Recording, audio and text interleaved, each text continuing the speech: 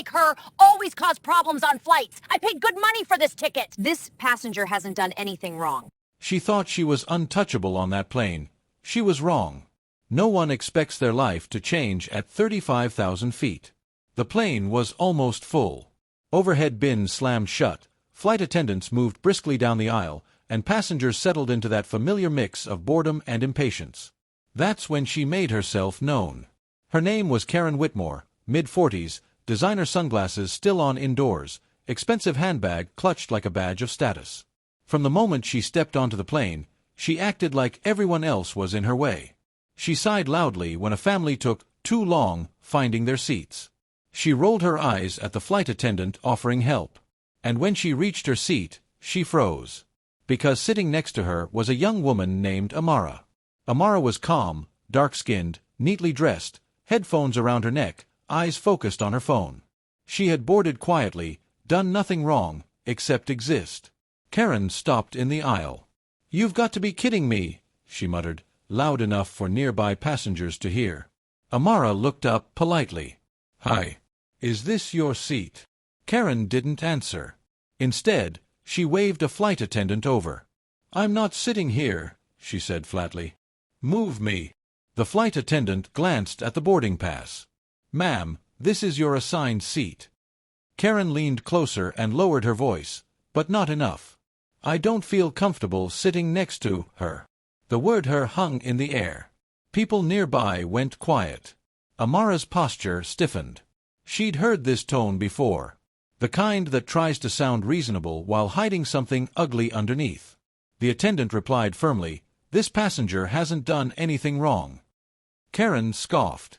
"People like her always cause problems on flights. I paid good money for this ticket." That's when phones slowly started coming out. Amara finally spoke, her voice steady but hurt. "I just want to get home.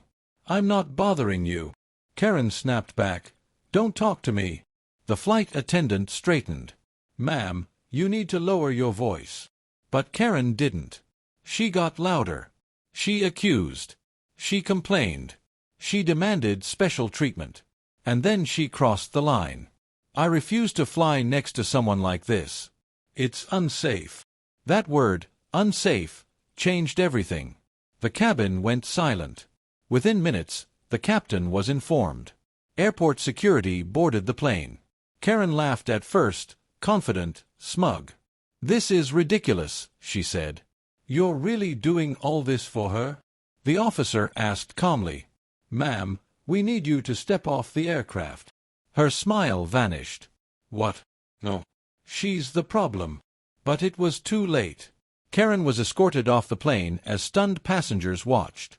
Someone whispered, "She did this to herself." Amara sat frozen, tears welling in her eyes, not from fear, but from exhaustion. A stranger across the aisle gently said, "I'm sorry that happened to you." The plane doors closed. The flight took off, without Karen. But that wasn't the end.